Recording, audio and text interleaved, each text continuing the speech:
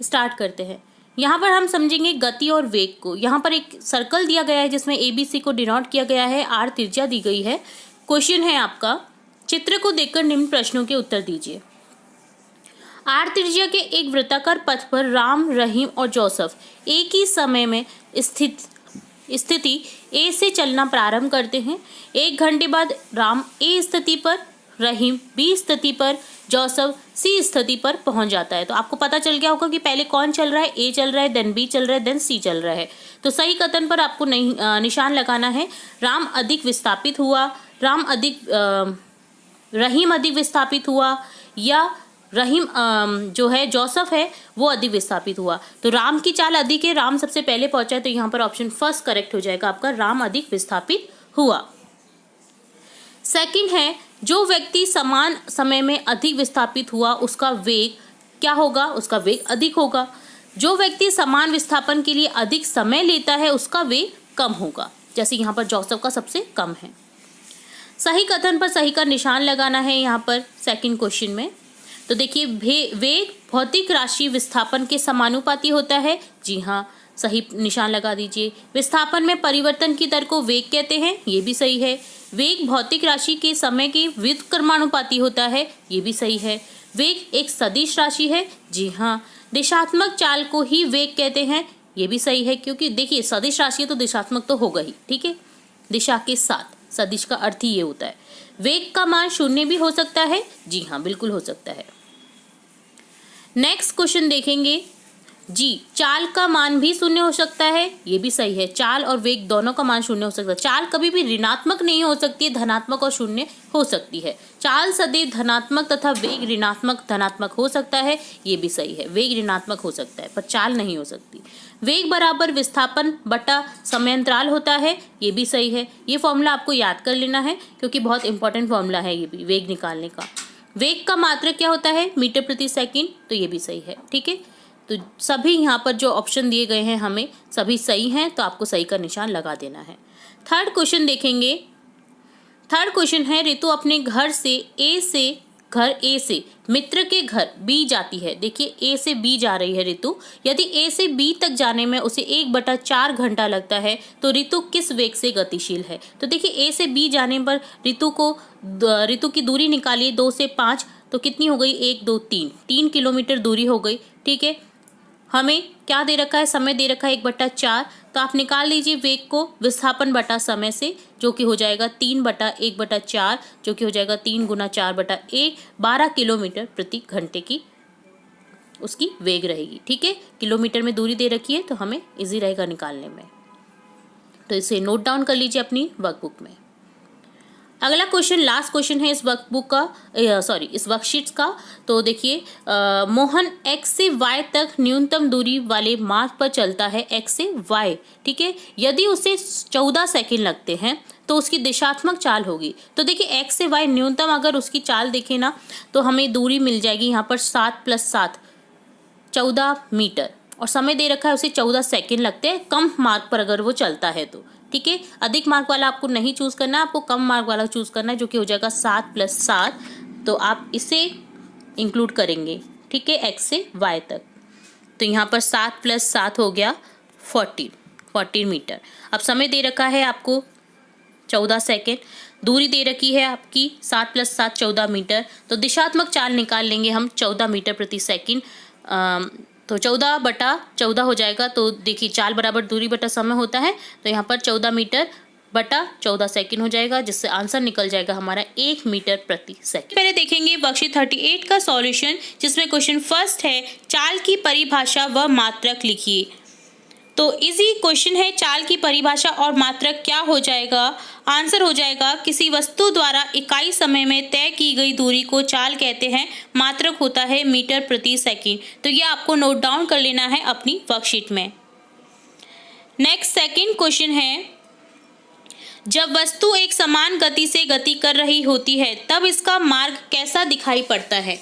तो इसका मार्ग दिखाई पड़ता है एक समान, तो आपको इस तरह से लिख देना है एक समान। नेक्स्ट थर्ड क्वेश्चन है, त्वरण किसे कहते हैं, सूत्र व मात्रक भी लिखिए। किसी वस्तु के वेग में परिवर्तन की दर को त्वरण कहते हैं। मात्रक होता है मीटर प्रति सेकंड स्क्वायर। ठीक है, तो ये भी आपको नोट डाउन कर लेना है। नेक्स्ट क्वेश्चन देखेंगे, फोर्थ क्वेश्चन।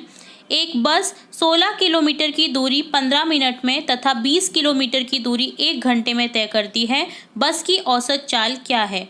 तो टोटल हम दूरी निकालेंगे, देन टोटल समय निकालेंगे, देन औसत चाल का सूत्र लगा देंगे, दूरी बटा समय। तो इस तरह से इसे सॉल्व करना है आपको। ये देखिए, कुल दूरी 16 और 20 को जोड़ देंगे 36 किलोमीटर। चूँकि हमारी चाल की जो मात्रक है वो मीटर प्रति सेकंड में रहता है, तो हम इसे मीटर में चेंज कर देंगे। 1 किलोमीटर में 1000 मीटर होते हैं, तो यहाँ 36 किलोमीटर को 1000 से मल्टीप्लाई कर देंगे। तो देखिए यहाँ पर इस तरह से हो जाएगा 36,000 मीटर। कुल समय 15 + 60 75 मिनट, जिन्हें सेकंड में चेंज करेंगे 60 से मल्टीप्लाई करके, तो 4500 सेकंड हो जाएंगे। और 36,000 को 4500 से डिवाइड करने पर हमारे पास में औसत चाल बचेगी 8 मीटर प्रति सेकंड। तो ये आपको नोट डाउन कर लेना है इसी तरह से। नेक्स्ट क्वेश्चन फिफ्थ देखेंगे, चाल एवं वेग में अंतर बताइए। तो चाल एक अदिश राशि है जबकि वेग एक सदिश राशि है। चाल में केवल परिमाण होता है जबकि वेग में परिमाण व दिशा दोनों होते हैं। तो ये आपको नोट डाउन कर लेना है। और लास्ट क्वेश्चन देखेंगे इस वर्कशीट का, जिसमें क्वेश्चन 6 है। राम विरामावस्था से अपनी गाड़ी शुरू करता है। विराम अवस्था में था, फिर गाड़ी शुरू करता है और 30 सेकंड में 5 मीटर प्रति सेकंड, सेकंड को ऊपर ले आए तो इनवर्स हो गया, 5 मीटर प्रति सेकंड का वेग प्राप्त कर लेता है। तो गाड़ी का त्वरण ज्ञात करो। तो इसके लिए आपको फॉर्मूला याद होना जरूरी है। त्वरण का फॉर्मूला होता है v - u/t, 5 - 0/30। तो 5/30 को जब हम सॉल्व करेंगे तो 1/6 मीटर प्रति सेकंड या मीटर सेकंड यूनिवर्स हमारे पास में आंसर आ जाता है। तो यहाँ पर हमने 6 क्वेश्चन के आंसर देख लिए हैं। आप इन्हें नोट डाउन करें और लर्न कर लें। तो ये होता है कार्यपत्रक 38 का सॉल्यूशन डन। अब देखेंगे कार्यपत्रक 39 का सॉल्यूशन। क्वेश्चन फर्स्ट है, किसी वस्तु के एक समान और असमान गति के लिए समय दूरी ग्राफ की प्रकृति कैसी होती है? तो आंसर हो जाएगा, किसी वस्तु के एक समान गति के लिए समय दूरी ग्राफ की प्रकृति एक सरल रेखा होती है व असमान गति के लिए समय दूरी ग्राफ की प्रकृति वक्र रेखा, परवलय नामक या मुड़ी हुई हो सकती है। तो ये फर्स्ट क्वेश्चन का आंसर आप नोट डाउन कर सकते हैं। सेकंड क्वेश्चन है, वेग समय ग्राफ के नीचे की क्षेत्र में मापी गई राशि क्या होती है? तो मापी गई राशि होती है वस्तु के विस्थापन के परिमाण के बराबर। तो ये भी नोट डाउन कर लेना है। थर्ड क्वेश्चन है, एक समान चाल एवं असमान चाल से गतिमान वस्तु के लिए दूरी समय आरेखित करें। तो आपको क्या करना है, ग्राफ आरेखित करना है। तो ग्राफ को अच्छे से करिएगा। ये समान गति हेतु ग्राफ है। देखिए इस तरह से आपको अपने ग्राफ पेपर पर नोट डाउन कर लेना है। समान गति हेतु सीधी रेखा जो प्राप्त होती है हमें, तो ये समान गति हेतु ग्राफ है और ये है असमान गति हेतु ग्राफ, जिसमें एक मुड़ी हुई रेखा या परवलयकार रेखा हमें प्राप्त होती है। तो ये तीनों ही क्वेश्चन डन होते हैं आपके वर्कशीट 39 के, जिन्हें आपको नोट डाउन कर लेना है, लर्न कर लेना है इसी पार्ट में। तो ये डन होता है कार्यपत्रक 39। अब देखेंगे कार्यपत्रक 40 का सॉल्यूशन। इसमें क्वेश्चन फर्स्ट है, सारणी में वस्तुओं की गति के कुछ उदाहरण दिए गए हैं। प्रत्येक दशा में धक्का देना या खींचना के रूप में पहचान कर लिखना है। क्या वह स्थिति धक्का देने की है या खींचने की है या उठाने की है, वो आपको बताना है। तो मेज पर रखी पुस्तक को गतिशील बनाना, ये क्या है? धक्का देना। दरवाजे को खोलना या बंद करना, खींचना। कुएं से बाल्टी, पानी की बाल्टी को खींचना, तो ये ऑब्वियसली इसमें तो खींचना आ ही गया है, तो ये क्या है? खींचना। ठीक है, आप इसे कर कर देखिए। आप इमेजिन करके इन चीज़ों को करके देखेंगे तो आपको पता चल जाएगा कि आप क्या कर रहे हैं इनमें। लदी हुई बैलगाड़ी को चलाना, धक्का देना होता है। किसी मेज की दराज को खोलना, खींचना होता है। आप कोई भी रैक खोलिए, आप उसमें क्या कर रहे हैं, कौन सी क्रिया कर रहे हैं? खींचने की। ठीक है, तो इसे इस तरह से नोट डाउन कर लेना है। तो ये डन होता है आपका क्वेश्चन फर्स्ट। अब देखेंगे सेकंड क्वेश्चन, जिसमें क्वेश्चन है, उचित शब्दों द्वारा आपको रिक्त स्थानों की पूर्ति करनी है। किसी वस्तु पर लगने वाले धक्के या खिंचाव को क्या कहते हैं? बल कहते हैं। बल में परिमाण के अलावा दिशा भी होती है। तो ये बल की परिभाषा भी हो गई और बल का अंतर भी हो गया। ठीक है, बल में परिमाण के अलावा दिशा भी होती है।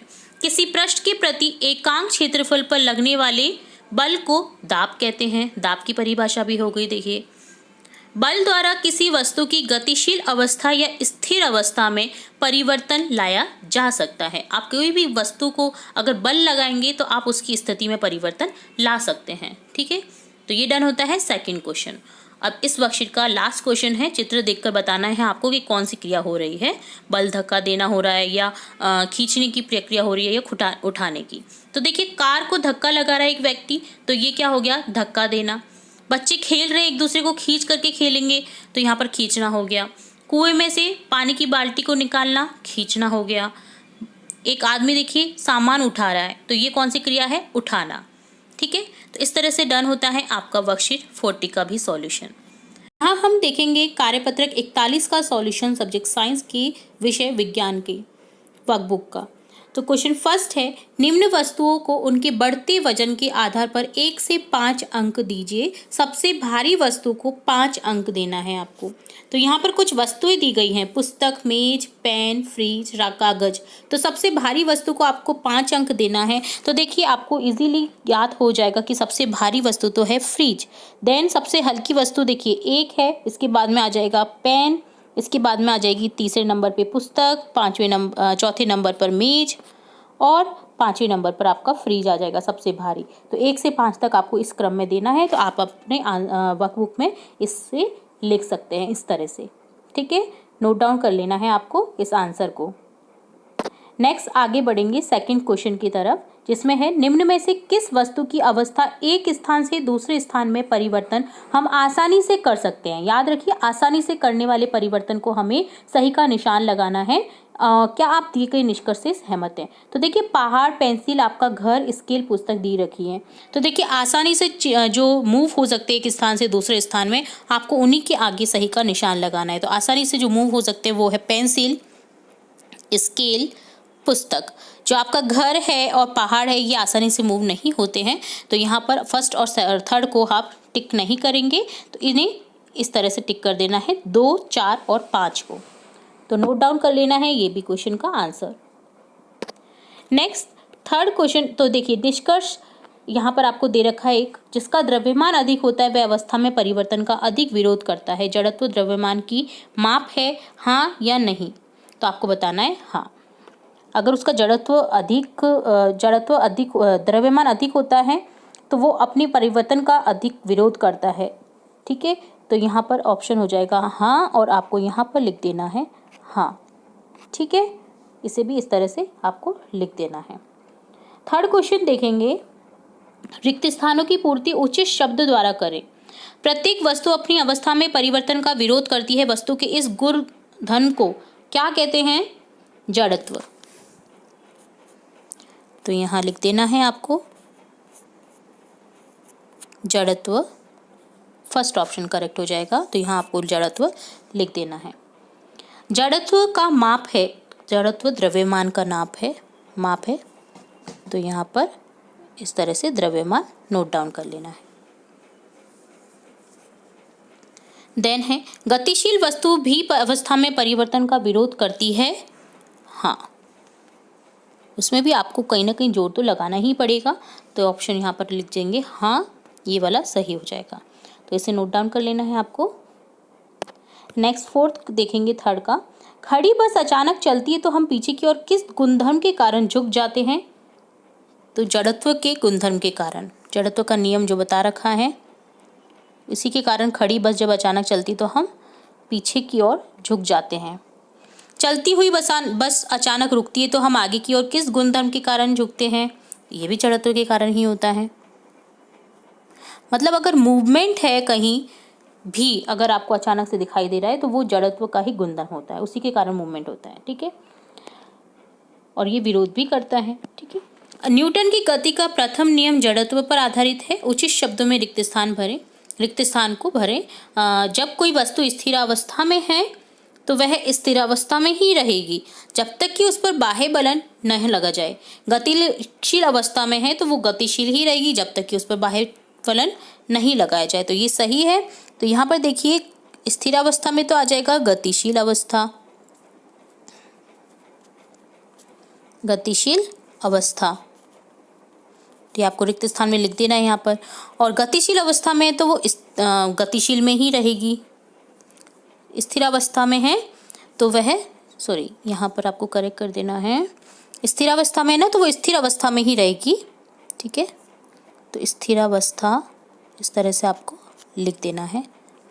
ठीक है, इसे करेक्ट कर देना आप, स्थिर अवस्था में ही रहेगी। और गतिशील अवस्था में है ना, तो वो गतिशील अवस्था में ही रहेगी। तो यहाँ पर आपको गतिशील लिख देना है। ठीक है, क्योंकि देखिए आप पुस्तक को रखिए, अब वो स्थिर है तो स्थिर ही रहेगी, आप मूवमेंट करेंगे उसका तो वो मूवमेंट करेगी। बस है, स्थिर है तो स्थिर रहेगी, अगर गतिशील होगी तो वो गतिशील ही रहेगी जब तक उस पर ब्रेक न लगाया जाए। तो ये आप एग्जाम्पल से समझ सकते हैं। तो यहाँ पर स्थिर अवस्था आ जाएगा पहले ऑप्शन में, और दूसरे ऑप्शन में आ जाएगा गतिशील। गतिशील में गतिशील और स्थिर अवस्था में स्थिर से। तो इसे भी नोट डाउन कर लें। नेक्स्ट देखेंगे क्वेश्चन 4।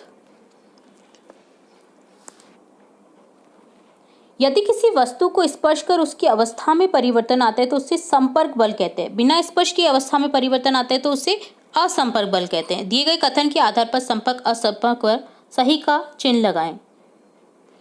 जब किसी वस्तु को ऊपर की ओर उछाला जाता है तो वह गुरुत्वाकर्षण बल के कारण नीचे की ओर पुनः लौट आती है।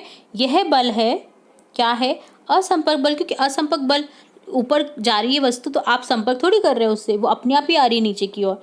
तो यहाँ पर देखिए, यहाँ पर आपको टिक कर देना है असंपर्क बल। ठीक है, असंपर्क बल उसके कारण होता है। बैल अपने पेशीय बल के कारण बैलगाड़ी को चलायमान रखते हैं, तो यहाँ हो जाएगा संपर्क बल। बैलों को जब जो पेशीय बल होता है उसके कारण बैल चलते हैं, बैलगाड़ी जो होती है वो चलती है, तो यहाँ पर संपर्क बल हो जाएगा। तो पहले ऑप्शन में असंपर्क हो जाएगा, इसमें संपर्क हो जाएगा। देन देखेंगे सी, हल्की लोह वस्तु चुंबकीय और आकर्षित होती है, आकर्षण बल होता है असंपर्क। आप संपर्क थोड़ी करते हैं, वो अपने आप ही आकर्षित हो जाते हैं। तो यहाँ पर इस तरह से हो जाएगा असंपर्क। चुंबक के समान ध्रुव एक दूसरे को प्रतिकर्षित करते हैं, प्रतिकर्षण बल होता है, कैसा होता है? असंपर्क। स्टेशन पर खड़ी गाड़ी को धक्का लगाकर गाड़ी को गतिशील अवस्था में लाया जाता है, यह पेशीय बल से संभव है। यह पेशीय बल कैसा होता है? संपर्क बल। जब आप गाड़ी को चालू करेंगे तभी वो चालू होगी, नहीं तो वो स्थिर अवस्था में ही रहेगी। तो यहाँ पर संपर्क बल हो जाएगा। अब 5th क्वेश्चन देखेंगे। गुरुत्वाकर्षण बल, चुंबकीय बल, पेशीय बल, घर्षण बल में से 2 असंपर्क बलों को छांटकर लिखिए। अपने उत्तर की पुष्टि के लिए आवश्यक चित्र बनाइए। तो यहाँ पर मैंने बनाया है चुंबक का चित्र, जिसमें देखिए कौन कौन से बल लगते हैं, चुंबकीय बल और गुरुत्वाकर्षण बल। तो आपको इस तरह से चित्र के द्वारा इसे बना देना है चित्र को। चुंबक का नॉर्थ साइड बता दिया है, एस साइड बता दिया है। तो देखिए एक दूसरे के संपर्क में कब आते हैं वो दिखा देना है, असंपर्क में रहते हैं कब। तो यहाँ पर देखिए, तो पहले में तो आप लिख देंगे चुंबकीय बल,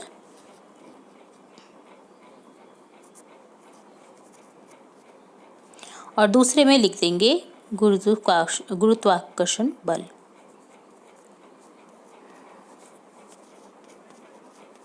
ठीक है, तो इसे आपको लिख देना है, नोट। कार्यपत्रक 42, कार्यपत्रक 42 का सॉल्यूशन। फर्स्ट क्वेश्चन है, जड़त्व से आप क्या समझते हैं? गति का प्रथम नियम जो कि जड़त्व का नियम है, तो यहाँ पर उसी को रिलेट करते हुए हम देखेंगे क्वेश्चन। जड़त्व से आप क्या समझते हैं? तो किसी वस्तु का वह गुण जो उसकी गति की अवस्था में किसी भी प्रकार के परिवर्तन का विरोध करता है, जड़त्व कहलाता है। सेकंड क्वेश्चन है, गति के प्रथम नियम की परिभाषा लिखिए। गति के प्रथम नियम यानी जड़त्व का नियम के अनुसार एक स्थिर वस्तु स्थिर अवस्था में ही रहती है। गतिमान वस्तु स्थिर गति और सीधी रेखा में गति करती है जब तक कि उस पर असंतुलित बल न लगाया जाए। थर्ड क्वेश्चन है, दिए गए चित्र में सिक्के के गिलास में गिरने का कारण स्पष्ट कीजिए। जैसे आप देखिए, एक ये प्रैक्टिकल कर सकते हैं, आप गिलास रखिए, उसके ऊपर गत्ता रखिए, देन उसके ऊपर सिक्का रखिए। तो जब गत्ते को आप मूव करेंगे तो सिक्का गिर जाएगा, गत्ता बाहर गिरेगा। तो इसका क्या रीज़न है? देखिए, गिलास पर रखे गत्ते को एकदम से हटाने की वजह से गत्ता गति की अवस्था में आ जाता है, लेकिन सिक्का स्थिर अवस्था में ही रहता है। सिक्के को कोई करा नहीं है हमने टच, तो जिसकी वजह से सिक्का गिलास में गिर जाता है। फोर्थ क्वेश्चन है, चादर को झटकने पर धूल के कण क्यों उठते हैं? चादर को झटकने पर चादर में गति होती है, लेकिन धूल के कण जड़त्व के कारण स्थिर अवस्था में ही बने रहते हैं। अतः चादर से अलग धूल के कण उठाए हुए या उठते दिखाई देते हैं। किसी पेड़ की शाखा को तीव्रता से हिलाने पर कुछ पत्तियां नीचे गिर जाती हैं, ऐसा क्यों होता है? तो आंसर लिखेंगे, न्यूटन की गति के प्रथम नियम के कारण पत्तियां विरामावस्था में रहने की कोशिश करती हैं, लेकिन शाखा में गति के कारण इसकी शाखा से पत्तियां नीचे गिर जाती हैं। तो ये डन होता है कार्यपत्रक 42 का सॉल्यूशन। अब देखेंगे कार्यपत्रक 43, कार्यपत्रक 43। इसमें समझेंगे गति के द्वितीय और तृतीय नियम को। तो प्रथम नियम हमें समझ लिया है, अब देखेंगे द्वितीय नियम। संवेग को परिभाषित कीजिए। किसी वस्तु के द्रव्यमान और वेग के गुणनफल को संवेग कहते हैं। यह एक सदिश राशि है जिसमें परिमाण एवं दिशा दोनों होते हैं। संवेग किसी वस्तु को स्थानांतरित करने की क्षमता है। इसके द्रव्यमान में गति होती है, अर्थात संवेग किसी गतिमान पिंड की गति की मात्रा को पिंड को संवेग कहा जाता है। गति के दूसरे नियम का सूत्र लिखिए। F बराबर ma होता है, जहां F बराबर बल होता है, a त्वरण, m पिंड का द्रव्यमान। गति के द्वितीय नियम द्वारा हम किसका मापन कर सकते हैं? गति के द्वितीय नियम द्वारा बल का सूत्र का मापन कर सकते हैं। क्रिकेट में बॉलर बॉलिंग करने से पहले अपने हाथ को घुमाता है। आपने देखा बॉलिंग करता है जब बॉलर, तो अपने हाथ को यूं सर्कल की तरफ घुमाता है। तो क्यों? गेंद को उचित गति प्रदान करने के लिए। गति का तृतीय नियम लिखिए। क्रिया प्रतिक्रिया नियम है गति का तृतीय नियम, ठीक है, तो इसे आपको लिखना है। गति का तीसरा नियम कहता है कि जब एक पिंड दूसरे पिंड पर बल लगाता है तो पहला पिंड एक बल का अनुभव करता है जो कि लगाए गए बल के विपरीत दिशा में परिमाण के बराबर होता है। 6 क्वेश्चन है, गति के तृतीय नियम के दैनिक जीवन में कोई 2 उपयोग लिखिए। पृथ्वी पर पड़ी गेंद जितने बल से पृथ्वी को दबाती है, पृथ्वी उतने ही बल से उसे ऊपर की ओर उछालती है। पानी में तैरते समय मनुष्य पानी को पीछे की ओर धकेलता है। इस प्रतिक्रिया के कारण ही वह आगे बढ़ पाता है। कार्यपत्र 44 को 44 कार्यपत्र को जिसमें देखेंगे गुरुत्वाकर्षण। फर्स्ट क्वेश्चन है, आपके द्वारा ऊपर की ओर फेंकी गई गेंद पुनः धरातल पर आ जाती है, क्यों? पृथ्वी के गुरुत्वाकर्षण बल के कारण। क्योंकि पृथ्वी का गुरुत्वाकर्षण बल वस्तु के वेग के विपरीत कार्य करता है और गेंद को अपनी ओर खींचता है। इस प्रकार गेंद पुनः धरातल पर आ जाती है। सेकंड क्वेश्चन है, पृथ्वी के चारों ओर चंद्रमा का घूमना कौन से बल के कारण संभव होता है? लिखिए। पृथ्वी के चारों ओर चंद्रमा का घूमना पृथ्वी के गुरुत्वाकर्षण बल के कारण संभव है। थर्ड क्वेश्चन है, गुरुत्वाकर्षण का सार्वत्रिक नियम लिखिए। तो यहाँ लिखेंगे, गुरुत्वाकर्षण के नियमानुसार किन्हीं 2 पिंडों के बीच आकर्षण बल उन दोनों के द्रव्यमानों के गुणनफल के समानुपाती तथा उनके बीच की दूरी के वर्ग के व्युत्क्रमानुपाती होता है। यह नियम सभी पिंडों पर व सभी स्थानों पर लागू होता है। इस प्रकार के नियम को सार्वत्रिक नियम कहते हैं। फोर्थ क्वेश्चन है, गुरुत्वाकर्षण बल का परिमाण ज्ञात करने का सूत्र लिखिए। तो आंसर हो जाएगा F बराबर G m गुणा स्मॉल m बटा d स्क्वायर। m है यहाँ पर कैपिटल M जो है वो है यहाँ पर पृथ्वी का द्रव्यमान, d है वस्तु तथा पृथ्वी के बीच की दूरी। तो G बराबर हो जाएगा यहाँ पर स्मॉल g बराबर Gm बटा d स्क्वायर। तो दोनों ही फॉर्मूले हैं यहाँ पर, तो आप इसे ध्यान रखें और लिख सकते हैं। तो ये डन होता है वर्कशीट 44 का सॉल्यूशन। अब देखेंगे वर्कशीट 45 जिसमें देखेंगे मुक्त पतन या गुरुत्वाकर्षण। फर्स्ट क्वेश्चन है, पृथ्वी के गुरुत्वीय त्वरण का मान लिखिए 9.81 मीटर प्रति सेकेंड स्क्वायर। सेकंड क्वेश्चन है, मुक्त पतन से आप क्या समझते हैं? जब कोई वस्तु विशेष ऊंचाई से गिराई जाती है तो गुरुत्वाकर्षण बल के कारण पृथ्वी की सतह पर गिरती है। वस्तु के इस तरह गिरने को मुक्त पतन कहते हैं। किसी वस्तु का द्रव्यमान कौन से गुण का मापन है? किसी वस्तु का द्रव्यमान उसके जड़त्व गुण का मापन है। भार किसे कहते हैं? वस्तु पर पृथ्वी का आकर्षण बल वस्तु का भार कहलाता है। इसे W से निर्दिष्ट करते हैं। द्रव्यमान एवं भार में अंतर बताइए। तो पहला अंतर हो जाएगा, यह वस्तु में निहित पदार्थ की मात्रा है, जबकि भार में लिखेंगे कि यह एक बल है जिसमें वस्तु पृथ्वी की ओर आकर्षित होती है। द्रव्यमान सभी जगह स्थिर रहता है, भार स्थान परिवर्तन के साथ बदलता रहता है। इसका ऐसा ही मात्रक केजी है द्रव्यमान का, और जो है भार का मात्रक होता है न्यूटन। 6 क्वेश्चन है, दाब की परिभाषा लिखिए। किसी सतह के प्रति एकांक क्षेत्रफल पर लगने वाले बल को दाब कहते हैं। इसकी इकाई न्यूटन प्रति वर्ग मीटर है।